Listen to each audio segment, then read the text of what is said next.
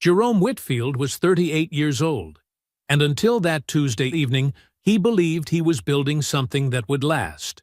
He was a master electrician who had wired his own home with his own hands. Every circuit, every switch, every room a product of his labor. His wife Adrienne was a corporate marketing director, polished and ambitious, and Jerome had never once resented her success. He was proud of her. He trusted her completely. That evening, Jerome went to retrieve her dry cleaning from her car. An ordinary errand on an ordinary night. But when he picked up her phone from the seat, the message already on the screen stopped him cold. It was addressed to someone saved only as P. It read, "I can't wait to actually wake up next to you. 3 more days." Jerome Whitfield set the phone down. He took the dry cleaning inside. He hung it carefully in her closet. And then he stood in the kitchen of the home he had built with his bare hands and made a decision his wife never saw coming. Before we jump into the story, comment where in the world you are watching from and subscribe, because tomorrow's story is one you need to hear. The kitchen smelled like coffee and cedar. Jerome Whitfield stood at the counter, mug in both hands, watching the morning light crawl across the hardwood floors. He had refinished those floors himself. 3 weekends, a rented sander, and a bad back for a month afterward. Every time the light hit them right, that warm, honey gold color just after sunrise, he remembered exactly why he did it. He ran a hand along the edge of the counter. Solid oak. He had built these cabinets from scratch, cutting each panel in the garage, sanding them until his palms were raw. The tiles behind the stove were gray slate, each one set by hand over a long 4th of July weekend 4 years ago. The recessed lighting above the island, his own work, obviously. Every wire in this house had run through his fingers at some point. He loved this house the way some men love a good tool, not just for what it looked like, for what it had taken to make it right. Jerome took a slow sip of coffee and let the quiet settle around him. He was a big man, broad through the chest, hands that looked like they were built for exactly the work they did. He kept his head close-cropped and his face clean-shaved on weekdays. He was 38 years old and had been running his own electrical contracting business for 11 years. Whitfield Electric started as a single truck, borrowed tools, and one commercial client who had taken a chance on a 27-year-old who spoke carefully and showed up when he said he would. Now he had 6 full-time crew members, a second truck, and more referrals than he could take. His name meant something in this city. Not flashy, just solid, just right. He set his mug down and checked his phone. 2 texts from his foreman, Marcus, a question about conduit specs on the warehouse job they were finishing downtown. Jerome typed back a clean answer in under 30 seconds. That was how his mind worked. He saw problems as systems. He found the fault. He fixed it. He moved on. He heard Adrienne moving upstairs. He refilled his coffee. She came down 10 minutes later, already dressed for work. Navy blazer, hair pinned smooth, heels clicking against the stairs. She looked polished, the way she always did, put together in a way Jerome had always admired, even when he couldn't fully name it. She was beautiful. There was no question about that. Sharp eyes, a smile that could open a room right up. She had built her career on that combination, and she was good at what she did. "Morning," she said. "Morning." He gestured toward the coffee pot. She poured a travel cup, snapped the lid, and checked something on her phone. She did not sit down. She used to sit down for coffee. They used to sit together for 15 or 20 minutes before the day took them in different directions. He had noticed when that stopped. He wasn't sure she had. "Late night again?" she asked, eyes still on the phone. "Got home around 9? You were already in." She nodded like that answered something. "I was tired." She had been tired a lot lately. He watched her move through the kitchen, the small adjustments she made, the way she stood slightly angled toward the door, Her weight already shifted toward leaving. He filed it away the same way he filed everything. Without judgment, without rush, just noting it. "Have a good day," she said. "You too." The front door closed. Her car backed out of the driveway. Jerome stood in the kitchen she never helped renovate, in the house she never helped build, and finished his coffee. That evening, Adrienne called to say she was grabbing dinner with a coworker and would be home late. She texted instead of called. He noticed that too. He spent the evening doing invoices at the kitchen table, the way he did most nights she wasn't home. He ate leftovers standing at the counter. He was not lonely, exactly, but he was aware of the shape that a person leaves when they stop filling a space. She came home at 9:30, kissed him on the cheek, went upstairs. He stayed at the table another hour, working. The dry cleaning had been sitting in her car for 3 days. She had mentioned it twice and forgotten to bring it in both times. On Thursday morning, while she was in the shower, Jerome took her keys off the hook and walked out to the driveway. He popped her door open, reached across the back seat for the plastic-wrapped garments. Her phone was on the passenger seat, unlocked, screen still lit. He wasn't looking for anything. He never had been. The message thread was open. The contact name at the top was just one letter, P. The last message, sent from Adrienne's number, read, "I can't wait to actually wake up next to you. 3 more days." Jerome looked at it for a long moment. Then he picked up the dry cleaning, closed her car door, and walked back inside. He hung the garments carefully in her closet, smoothing the plastic so nothing wrinkled. Then he went back to the kitchen and picked up his coffee. He did not cry. He did not break anything. He became very still.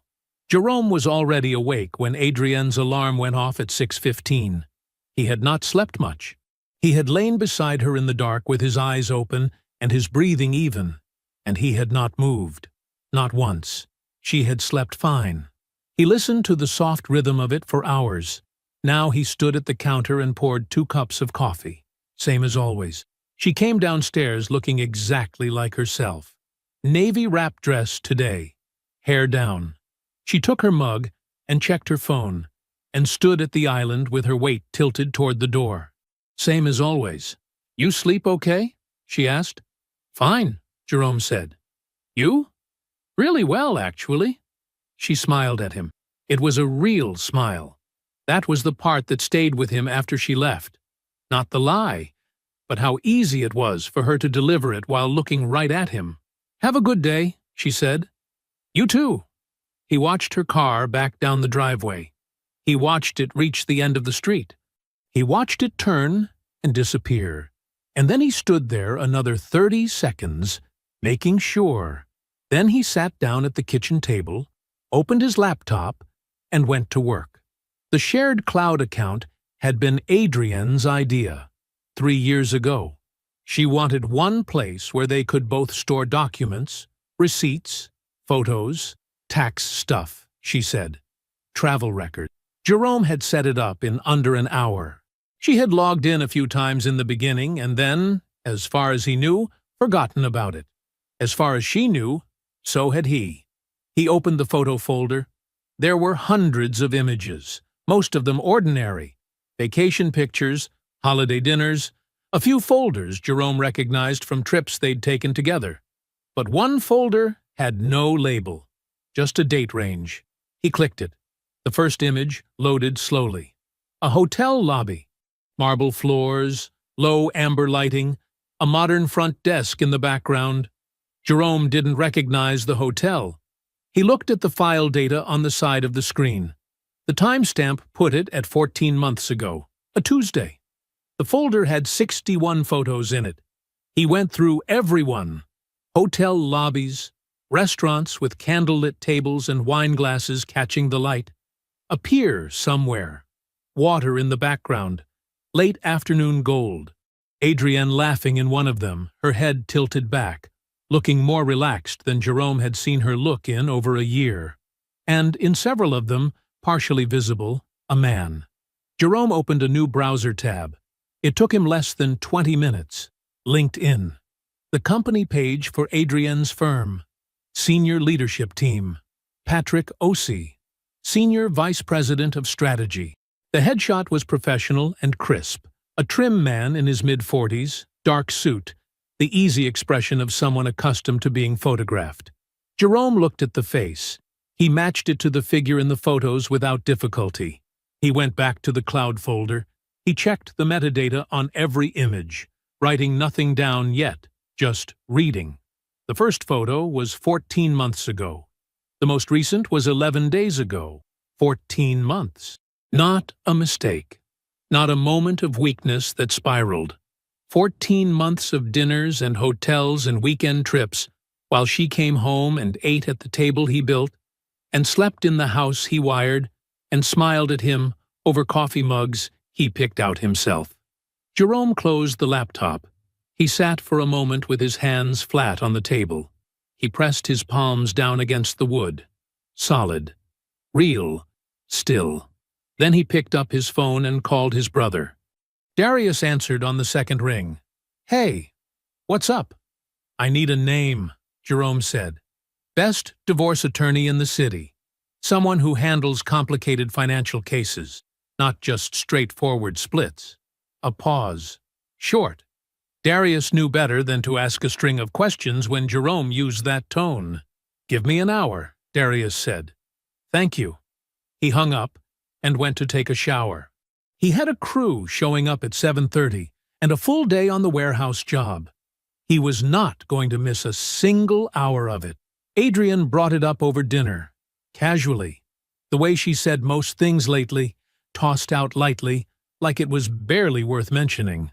"I'm going to do a girls' weekend with Beverly and a few people from work," she said, cutting into her chicken. "Leaving Thursday, back Sunday."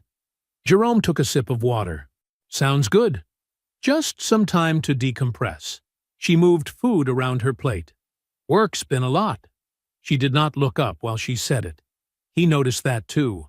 The way her eyes stayed on the plate just a few seconds longer than they needed to. "You should go," he said. "You could use the break." She looked up then and smiled. "Yeah? I think it'll be good." He smiled back. At 1 in the morning, Jerome sat at his desk in the small home office off the hallway, with the door pulled most of the way shut. The house was quiet. Adrienne had gone to bed at 10. The phone rang twice before she picked up. "Patricia Wade. Miss Wade, my name is Jerome Whitfield. My brother Darius gave me your number. I'm sorry for the hour." "Don't be." Her voice was alert, professional, unbothered. "Tell me what you have." So he did. He laid it out in order. The message on the phone, the cloud storage, Patrick Ossie, the 14 months of photographs. He told her about the joint accounts, the patterns his gut was telling him were wrong, the fact that Adrienne had always managed more of the household finances than he'd scrutinized closely. He spoke without breaking, without raising his voice, just facts, delivered in sequence. When he finished, Patricia was quiet for 2 seconds. "Gather every document you can access," she said. "Account statements, tax records, anything in your name or jointly held. Going back at least 2 years. Understood. How much time do you have before she's back?" Jerome looked at the clock on his desk. Then he looked at the wall. The one he had drywalled and painted himself. The one that held this room together. 3 days, he said. Thursday morning came in cold and gray. Jerome was already dressed when Adrienne rolled her suitcase down the hallway. He was sitting at the kitchen island with his coffee, scrolling through nothing on his phone. She came around the corner looking put together. Black travel pants, a cream blouse, her hair pulled back clean. The suitcase was a navy blue hardshell. Mid-sized. He had never seen it before. He noticed that. He filed it without comment. "You're up early," she said. "Early job," he said. "Warehouse rewire." She nodded and set the suitcase by the door and poured herself a half cup of coffee. She drank it, standing up, leaning against the counter, looking at her phone. Her nails were freshly done, a soft rose color. He noticed that, too. "I'll text you when we get there," she said. "Drive safe," he said. She came around the island and kissed him on the cheek. Her lips were warm. She smelled like the same perfume she'd worn for 3 years. She pulled her suitcase to the front door, opened it, and stepped out into the gray morning without looking back. Jerome stayed at the island until he heard the ride-share door close. Then he walked to the window and watched the car pull away from the curb and move down the street. He watched it reach the stop sign. He watched it turn left and disappear. He picked up his phone and called Darius. Patricia Wade's office was on the 14th floor of a glass building downtown. She was shorter than Jerome expected, with close-cropped gray hair and reading glasses pushed up on her head. She shook his hand once, firm, and pointed him to the chair across from her desk. She didn't waste time. "You're home," she said, opening a folder. "You purchased it before the marriage. Sole title, your name only." "Correct." "Renovations were funded how?" "Business income. All of it. I have the contractor receipts, the permits, the bank records showing the draws came from my business account." Patricia made a note. She contributed nothing to the renovation, nothing financial. She picked out some fixtures. "Good." She clicked her pen. "That's a clean position." Her contributions to the household during the marriage were primarily her own living expenses. Mortgage she was already benefiting from as a resident, groceries, shared utilities. She is going to argue those salary contributions entitle her to a portion of the property.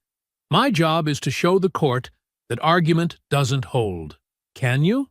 She looked at him over the top of her glasses. Yes. Phyllis Okafor's office was smaller and warmer. Framed prints on the walls, stacks of organized folders on every surface, a space heater humming beside her desk. She and Jerome had worked together since his 3rd year in business. She knew his finances the way a doctor knows a patient's chart. Every number, every shift, every anomaly. She pulled up the joint account records on her screen and turned the monitor slightly toward him. "Here," she said, tapping the screen with one finger. "And here, and here. Small transfers, irregular amounts, never the same number twice." "How far back?" Jerome asked. "Far as I can see right now, almost 2 years. But I want to go through everything before I give you a full picture." She turned and looked at him directly. "Jerome, these are not random. The timing, the amounts, the pattern. Someone was being careful." He looked at the screen for a long moment. "Keep digging," he said. "I will," she said. "Give me until Monday." Saturday, Jerome and Darius worked steadily through the house. They did not rush. They did not throw anything. Jerome had bought a set of matching storage boxes Thursday evening, the kind with lids, stackable, clean. Every item got folded or wrapped. Clothes hung on the portable rack Darius brought from his car. Shoes in their boxes. Toiletries sealed in Ziploc bags. Books stacked flat. Darius packed mostly in silence. Once, near the back of the closet, he found a box of old photos. Jerome and Adrienne on vacation somewhere, early in the marriage, and he set it on the bed, without comment. Jerome looked at it for a second. Then he placed it in the stack with everything else. By 4 in the afternoon, the boxes were on the front porch, lined up neatly against the railing, labeled clearly. Jerome stood in the empty bedroom doorway and looked at the space she used to occupy. Nothing was broken. Nothing was ruined. He went downstairs and made dinner. Sunday morning, Jerome sat at the kitchen table with his coffee and opened his phone. He typed a message to Beverly Cross. "Hey, Beverly. Hope you and Adrienne are having a good time." She seemed like she really needed the break. He sent it and set the phone face up on the table. He did not have to wait long. "Hey, Jerome. I actually haven't talked to Adrienne in like 2 weeks. Is everything okay?" Jerome read it twice. He took a screenshot. He saved it to the folder he'd been building since Monday. Then he stood, rinsed his mug, and went to get dressed. The envelope Patricia had messengered Saturday evening was taped to the front door, flat and white and impossible to miss. Jerome had placed it there himself that morning before Beverly replied. He heard the rideshare before he saw it. He was in the front room, standing beside the window, when the car turned onto the street. He watched it slow. He watched Adrian look through the passenger window and go still. He watched her open the door and step out and stand on the sidewalk, looking at the boxes. She stood there for a moment, just looking. Jerome opened the front door before she reached the steps. He was wearing the gray dress shirt she had always liked and a dark pair of slacks. His face was composed, rested. His hands were loose at his sides. Adrian's eyes went to him, then to the boxes, then back to him. "Jerome, you've been served," he said. The envelope was already gone from the door. She had seen it, he could tell, had already registered what it was. Her lips parted. "Jerome, let me—" "Beverly didn't know about any girls' trip, Adrian." His voice was level, quiet. "I texted her Sunday morning." She went very still on the bottom step. Jerome stepped back inside and pulled the door shut behind him. Clean, quiet. The latch caught with a soft, final click. The folder sat between them like a quiet accusation. Phyllis had not touched her coffee since she poured it. Jerome's cup was equally forgotten. The only sound in the small office was the space heater and the faint hum of traffic 14 stories below them. Phyllis opened the folder. 24 months, she said. Consistent. Methodical. She slid the first page toward him. I went through everything. Joint checking, joint savings, the linked accounts.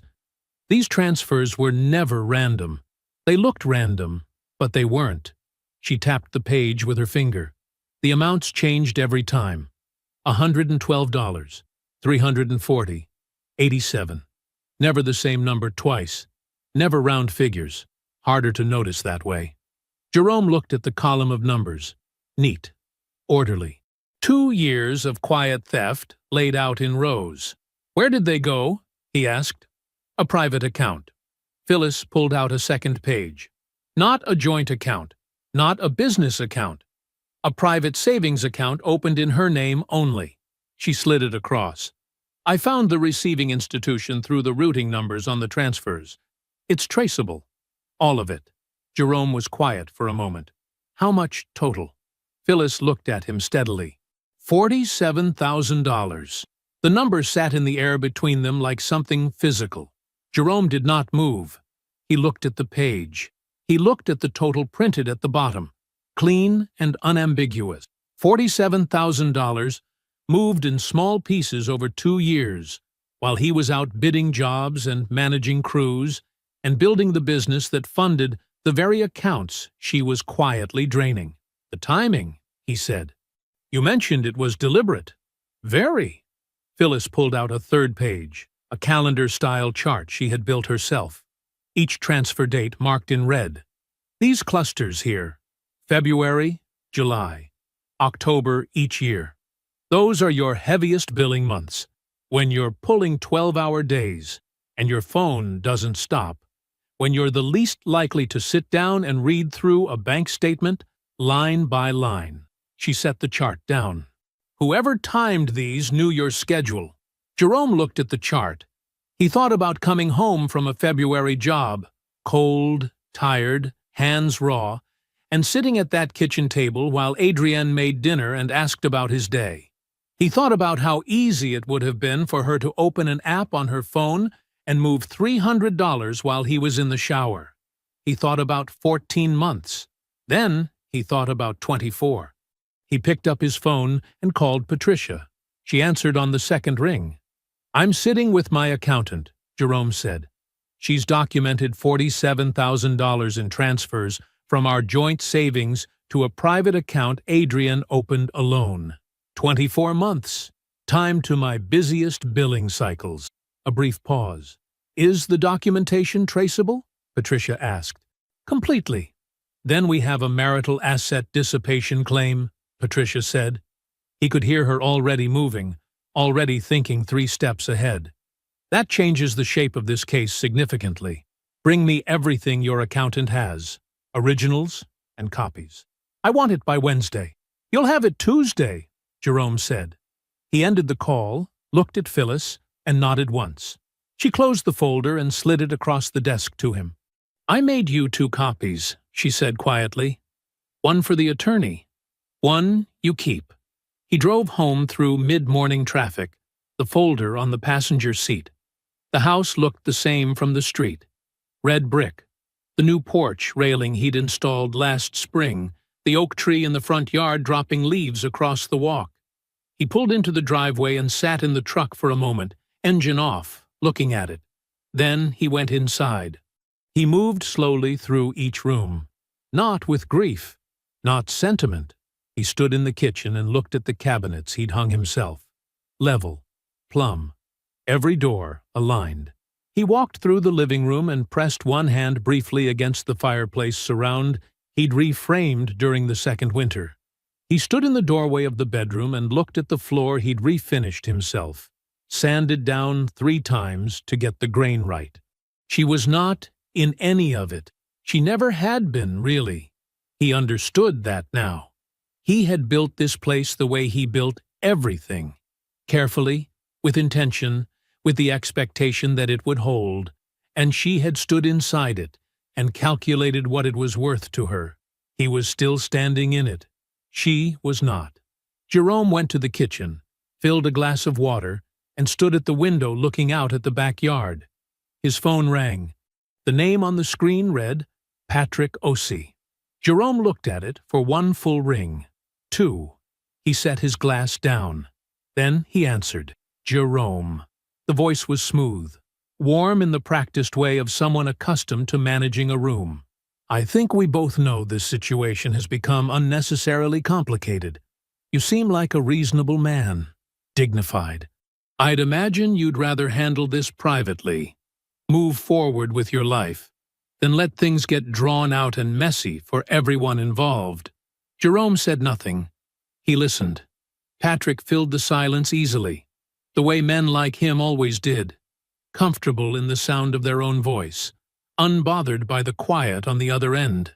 When he finished, Jerome spoke. "Thank you for calling me directly, Patrick," he said. "My attorney will note that you made contact." He hung up. He stood there for 1 second. Then he called Darius. "I need you to find out everything about Patrick Osei's employment contract," he said. "Specifically, whether it includes a morality clause or any policy on intra-company relationships." The call came Wednesday morning, while Jerome was in the driveway checking the oil on his truck. He didn't recognize the number at first. Then he did. "Jerome." Beverly's voice was careful, tight in a way that told him she had been working up to this for a while. "I need to talk to you. In person, if that's okay. There are things I should have said sooner." He wiped his hands on a shop rag and leaned against the truck. "You know where I live," he said. She arrived at noon. Beverly Cross looked like someone who hadn't been sleeping well. She was put together. Blazer, earrings, the kind of careful appearance that said she'd tried, but her eyes carried the weight of someone who had been sitting with something heavy for a long time. Gloria was already at the house.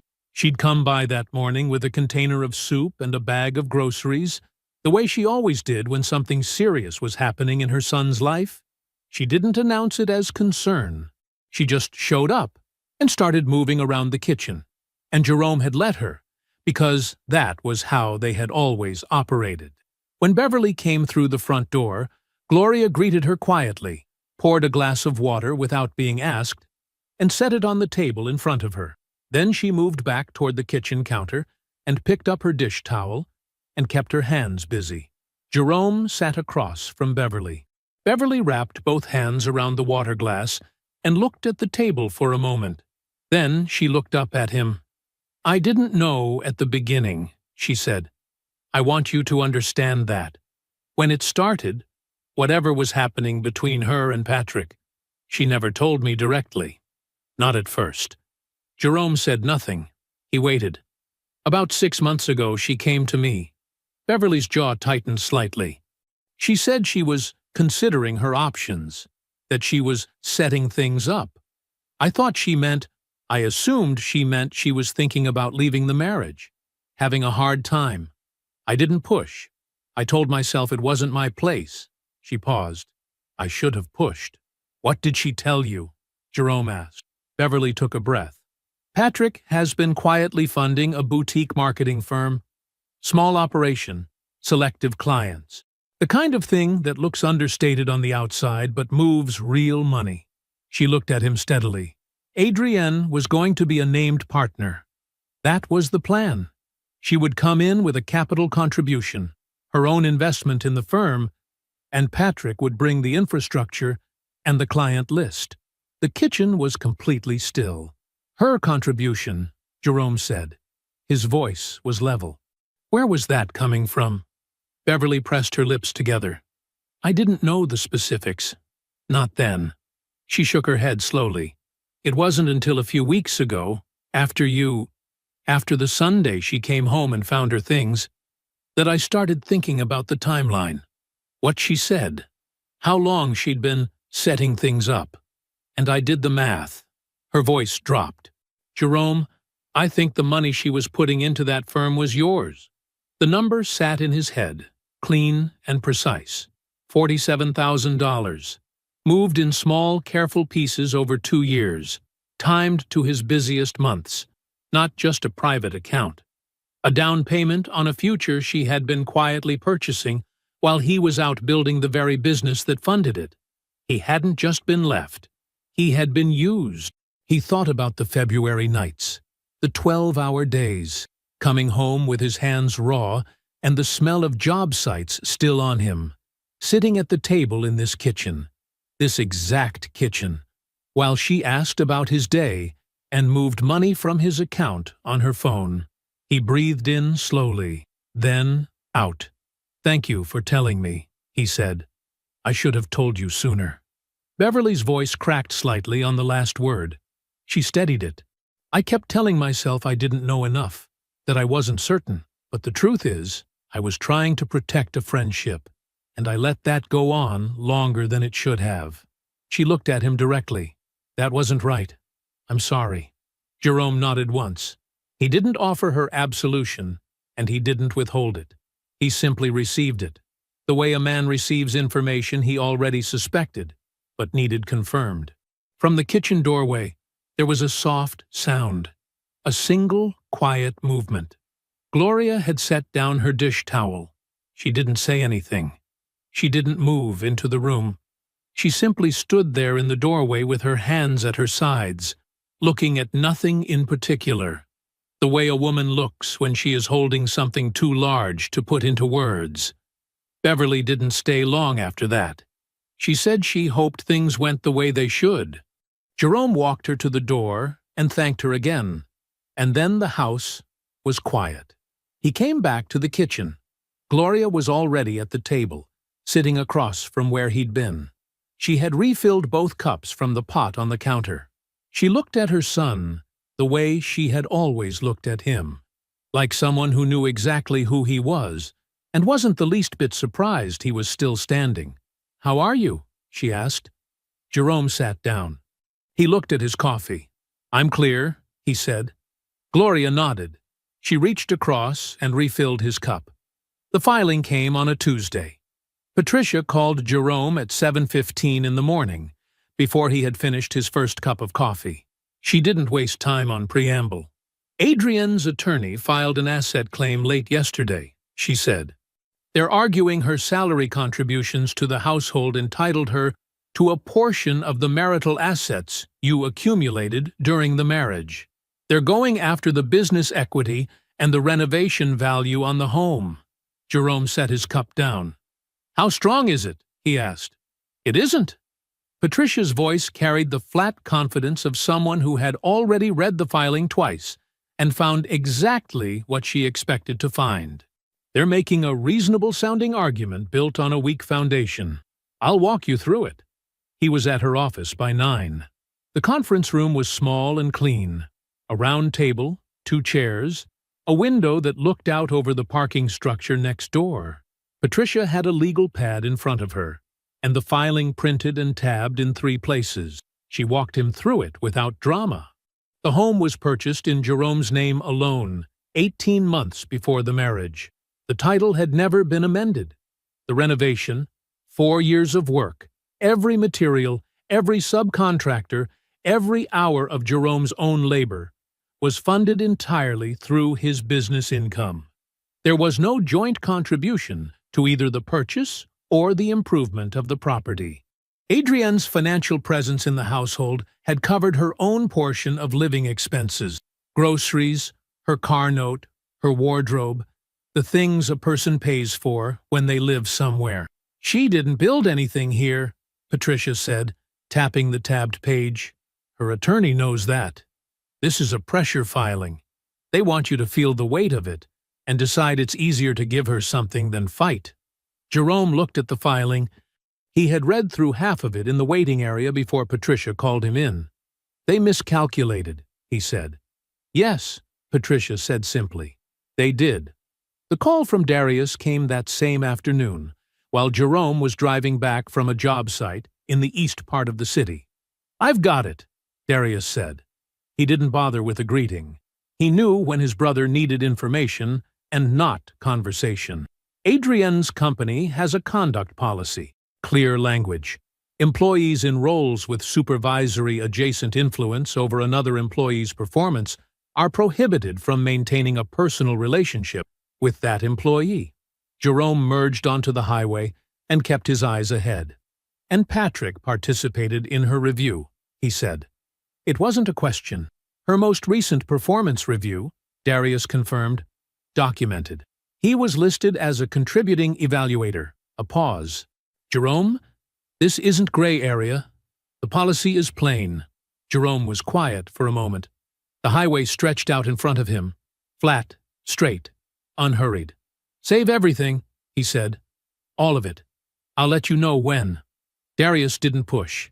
That was the thing about his brother. He had learned, over years of watching Jerome work, that the man never moved before the right moment, and he always knew when the right moment was. Adrienne was staying at the Harrington Hotel on the North Side, in a room Patrick's corporate account was covering. Jerome knew this because Patricia had confirmed her address of record for service purposes, and because Darius had mentioned it with the kind of careful neutrality that meant he was furious on Jerome's behalf and choosing not to say so. She had told at least 2 people she was handling herself fine, that she had options, that Jerome was struggling, that the man was clearly unraveling without her and would settle quickly just to make the whole thing stop. Jerome, that same week, signed a contract extension with a municipal infrastructure client that would represent the strongest revenue quarter in his company's history. He hired a second crew lead. He reviewed the documents Phyllis had prepared and signed off on a quarterly filing that looked cleaner than anything he'd filed in 2 years, now that the joint accounts were no longer part of the picture. He came home each evening to a house that was quiet in the way he had decided to accept. Not empty, but his. The call came on Friday afternoon. Patricia's number lit up Jerome's phone while he was at the kitchen table going over project specs. He answered it and waited. "They made an offer," Patricia said. She read him the number. It was low. It was structured around the assumption that he was tired, that he was hurting, that he was the kind of man who would take the path of least resistance if it meant the thing would simply end. Jerome listened to the whole offer. He let the silence sit for a moment after Patricia finished. Then he picked up the document she had messaged through earlier and looked at it. He set it flat on the table. His coffee was to the left. His phone was in his right hand. The kitchen was still. "Tell them no," he said, "and tell them we're prepared to present the full dissipation documentation at the next hearing." Patricia said she would. The counteroffer was withdrawn before the week ended. The suit was charcoal gray with a faint structure to the shoulders. Nothing flashy, nothing borrowed. Jerome had bought it on a Wednesday afternoon, 2 weeks after Adrienne left, at a store he had driven past for years without stopping. The salesman had measured him twice and told him the fit was already close to perfect. Jerome had said thank you and paid cash. He buttoned it now in front of the bathroom mirror, the same mirror he had mounted himself, level and flush, On a wall he had drywalled and painted. He straightened the collar. He looked like himself, just the version of himself that had stopped waiting for someone else to believe in him. He picked up his keys from the counter and left.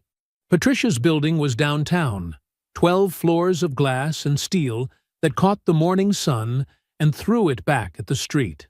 Jerome parked in the structure across the block and walked. The air was cool and thin. His shoes sounded even on the pavement. He was not nervous. He noticed that. He checked for nerves the way he checked a panel for heat. Careful, methodical, and found nothing running too hot. Patricia met him in the lobby at 8:45. "You look ready," she said. "I am," Jerome said. She nodded and led him to the elevator. The conference room was on the 9th floor. Long table, padded chairs, a credenza along one wall with a coffee setup Jerome didn't touch. A window at the far end showed a slice of the city skyline. Jerome chose his seat, left side of the table, facing the door, and set his phone face down in front of him. Adrienne arrived 7 minutes later with her attorney, a broad-shouldered man named Clifton, who carried himself with the confidence of someone who billed by the quarter hour and knew it. Adrienne was in a dark blazer and pearl earrings Jerome recognized. Her hair was pulled back.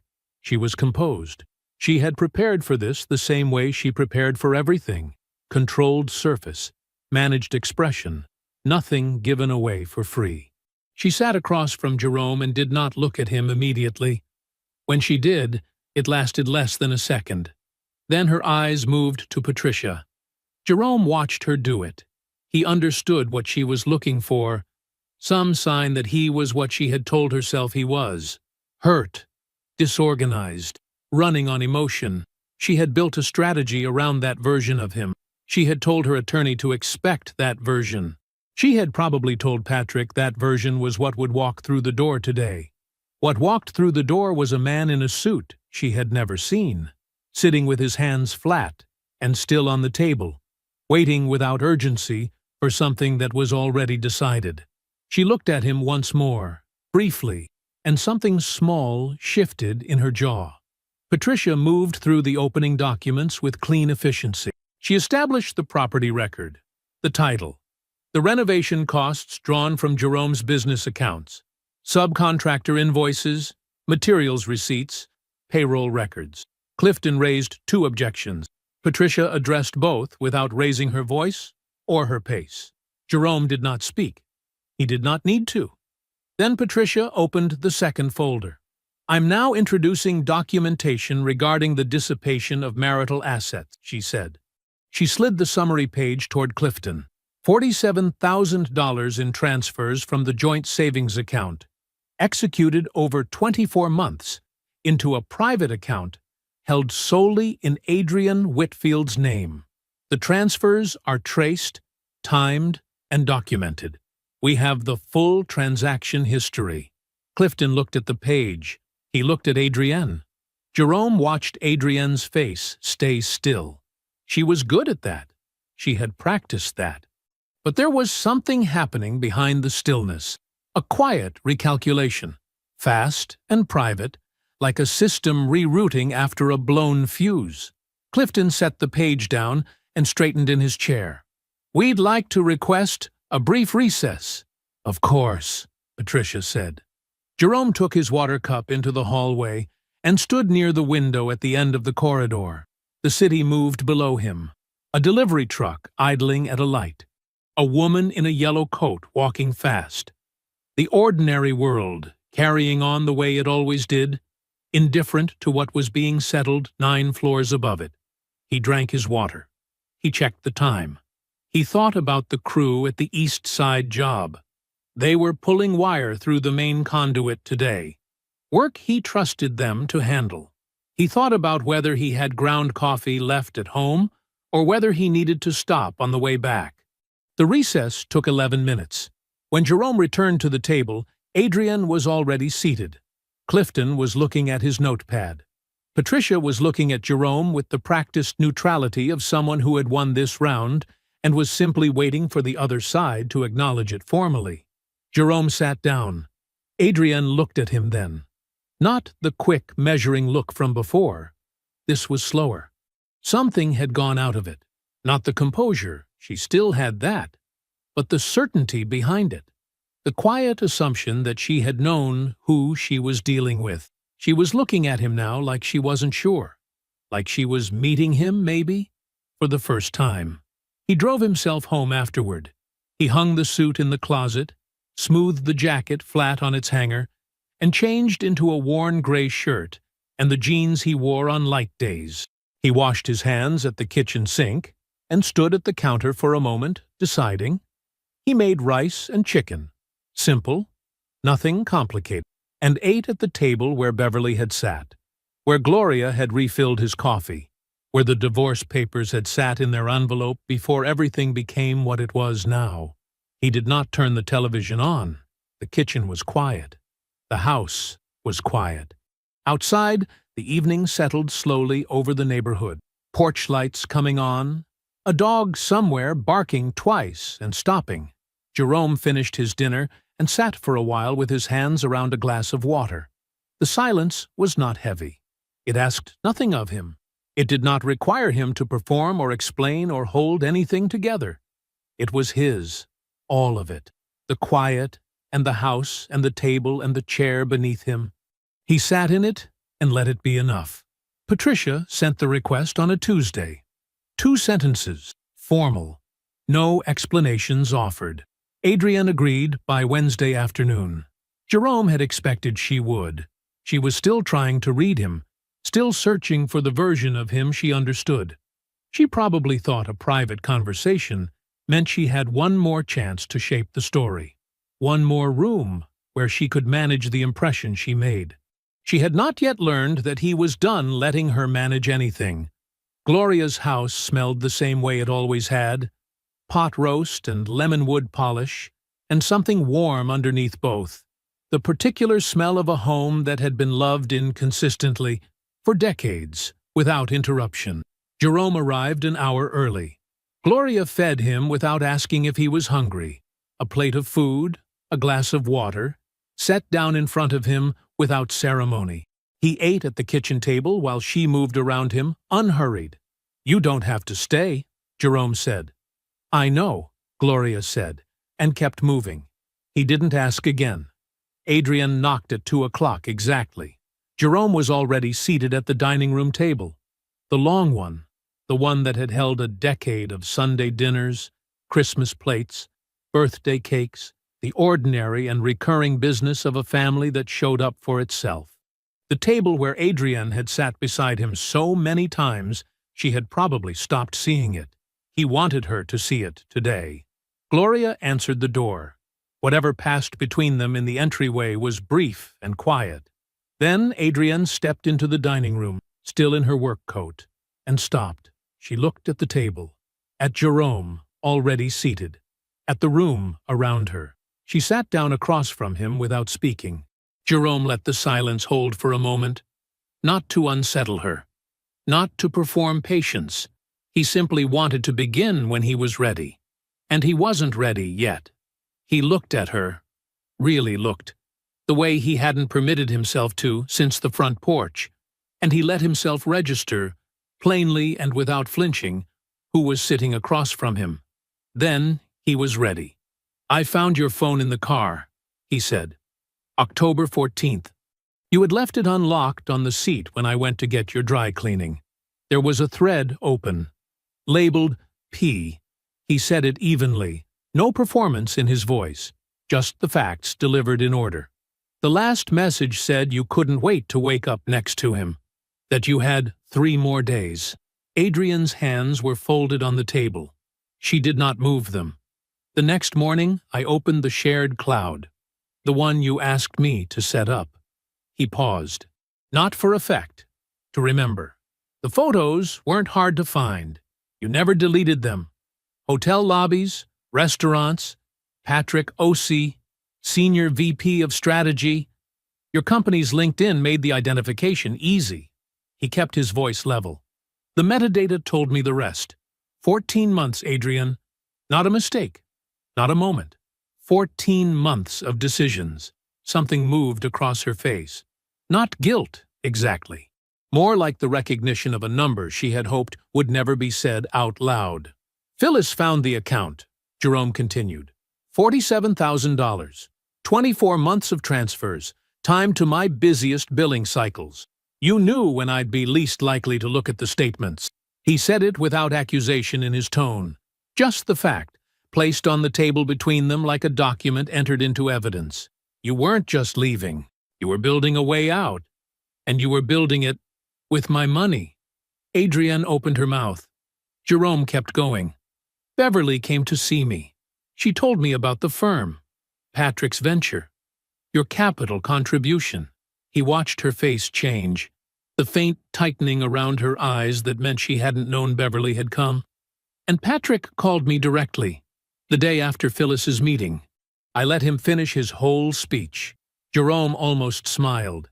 Not with warmth, with the particular satisfaction of a man who had held every card quietly for weeks.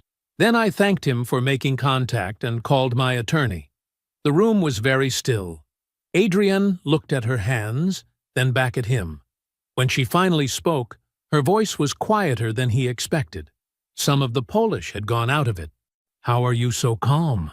Jerome looked at her steadily. Because you don't get my anger, he said. You don't get my grief. You don't get anything from me anymore except what the court requires. He let that sit. Then, you thought I was the ceiling, Adrienne. I was the foundation. He said it without cruelty, without heat. Just the plain truth of it, spoken by a man who had known it for some time. And you didn't notice the difference until it was too late. He pushed back his chair and stood. Gloria was at the door with his coat already in hand. Jerome took it from her, and their eyes met for a moment. She said nothing. She didn't need to. He walked out first. The drive home took 14 minutes. He pulled into his driveway, cut the engine, and sat for a moment in the quiet of the car. The porch light was on. He had left it on before he left. Warm against the dark. His front door, his lock. The house he built waiting exactly where he had left it. He got out. He walked up the path. He put his key in the lock. He stepped inside. And then, standing in the entryway of his home, in the quiet, in the warmth, in the place no one had taken from him, Jerome Whitfield exhaled for the first time in weeks. The folder Phyllis slid across her desk was thinner than the last one. That was the point. Clean, she said, tapping the cover once with 2 fingers. Everything settled, everything documented, and everything that was yours is still yours. Jerome opened it. He read slowly, the way he read any document that mattered. Line by line, no skimming, no assumptions. Phyllis let him. She refilled her own coffee and waited, because she had known Jerome long enough to know that rushing him through something he was reading carefully was a waste of everyone's time. The judgment was thorough. The dissipation documentation Phyllis had built, all 24 months of it, every transfer traced and time-stamped, had landed exactly the way Patricia said it would. Adrienne's attorneys had tried to reframe it twice. Both times, the paper trail made the argument impossible. The $47,000 was fully accounted for in the final settlement, folding back into Jerome's column with legal clarity that left no room for appeal. The aggressive filing about marital asset contributions had gone nowhere. The house was titled in his name. The renovations were funded through his business income alone. Adrienne's attorneys had pushed, and Patricia had simply opened the documentation and waited for them to stop. They had stopped. Jerome closed the folder and set it on the edge of the desk. Business accounts look good too, Phyllis said. She pulled up a second sheet, his contracting business, clean of the joint filing complexity that had tangled his reporting for years. Adrienne's income, her deductions, the shared accounts that required reconciling every quarter. All of it gone now. What was left was simple and strong. Revenue up. Overhead steady. Profit margin the best it had been in 4 years. You were carrying extra weight, Phyllis said. Not unkindly. Just factually. The way she said everything. It doesn't show until it's gone. Jerome looked at the numbers. He nodded once. "Thank you, Phyllis," he said. "For all of it." She waved a hand. "Just do me a favor and keep the receipts organized this year." He smiled, a real one, small and brief, and picked up his folder. He wrote the email that same evening. He sat at his kitchen table with his laptop open and a glass of water beside him, and he wrote it the way he did everything that mattered, carefully, without rushing, with complete attention to what belonged and what didn't. No commentary. No anger in the language. No editorializing about Patrick's character or the nature of what he had done, or what kind of man chooses another man's wife for company while signing off on her performance review. Just facts. The dates of the relationship as established by photo metadata. Patrick O'Sea's title. Adrian's division. The documented supervisory adjacent overlap. The performance review, on record, conducted by Patrick during the active period of the relationship. The company policy, which Jerome had looked up and quoted directly, word for word. He read it back once. It was 4 paragraphs. It was accurate. Every sentence was something he could prove. He signed his name, Jerome Whitfield. He typed the HR director's email address into the recipient field. Darius had found it without difficulty, and he moved the cursor to the send button. He sat there for a moment, not with hesitation, just with the stillness of a man making sure he was doing the right thing for the right reason. He was not sending it out of rage. He was not sending it to wound. He was sending it because it was true, because it was documentable, and because a man who had sat across a conference table from Jerome's attorney and called Jerome's cell phone to suggest he be gracious about the situation deserved to encounter, at minimum, the factual record of his own conduct. Jerome clicked send. Patrick was placed on administrative leave 4 days later. Jerome learned this from Darius, who had a way of knowing things through channels that Jerome never asked about. The boutique marketing firm, the one Patrick had been quietly funding, the one Adrian's extracted money was supposed to buy her into, withdrew its association within the week. No announcement, no statement. The firm's social media simply went quiet, and then the website disappeared. Patrick was eventually reinstated, but he came back to a different office, a different title, a different set of responsibilities. The authority he'd had before was gone. Not loudly, not with drama, just redistributed to other people. The way power quietly moves when someone's reputation develops a permanent crack in it. Jerome did not follow any of this closely. Darius told him what was relevant, and Jerome filed it away and moved on, because none of it was the point. The point was the email. The point was the facts, documented and delivered. What happened after that was simply what happened after that. Beverly saw Adrian outside a coffee shop on a Thursday morning.